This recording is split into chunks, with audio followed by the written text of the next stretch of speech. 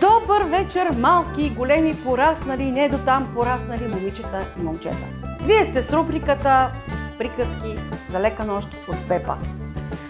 Днес ще чуете една отдавна позабравена приказка, разказвана от Чукумбата за лека нощ.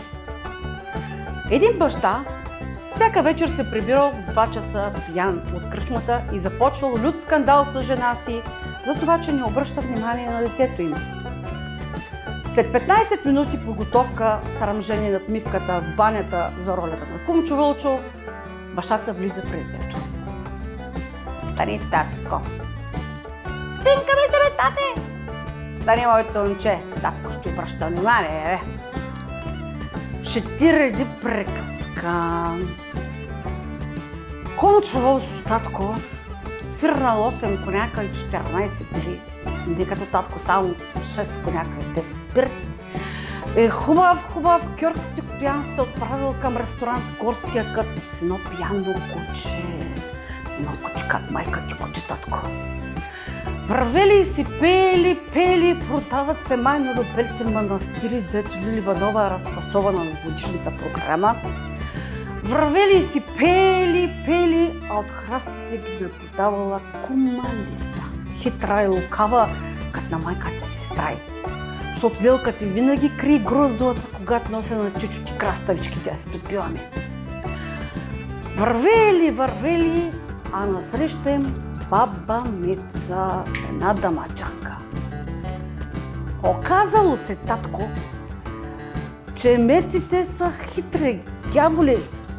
Лятото се юркат да събират боровинки, правят си венци, къркат си го с зимния сън и пролета пак се юркат да събират боровинки. Решили да си споделят дамаджанката на баба Меца. Дръпнали тапата, излъзнал добрия горски дух на алкохола и казал: какво искате тайфичката? Всичките дървенца, татко, ако могат да станат чешенца. 2 бура е там по-високи гроздова, по-ниските сливова, а хращетата пищовчета плодова, защото най-лесно се крият от мама и от доброволния отряд по джобовете. Ай, фърлай, че ни сяде! В този миг се чува падане, плач на детето, а бащата пояснява: спокойно, тате, не падна баба Меца, аз паднах пак от теб. Утре ще продължим. Тра-ла-ла, хи-хи-хи, тра-ла-ла, ла-ла-ла-ла-ла-ла-ла-ла. Лека нощ! А наприя салата, ма, ей! Салатата ще правиш ти!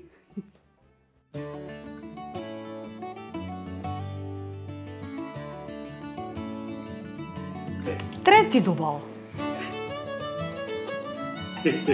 Добър вечер, мили!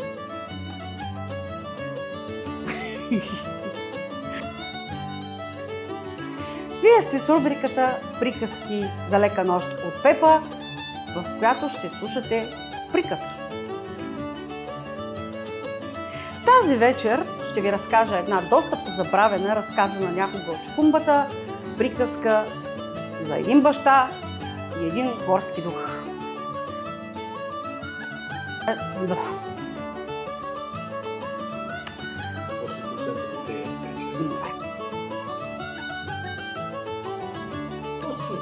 Хубаво. Време, бъркам да да. Разкажи ми една приказка, ма. След което започва Един мъж всяка вечер в 2 часа се прибира от кръчмата, след което започва лют скандал с жена си за това, че не обръщат внимание на тяхното отроче.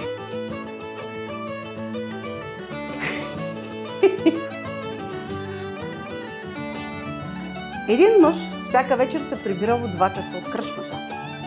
Пиян. Не. Да, приян. Не, глупости.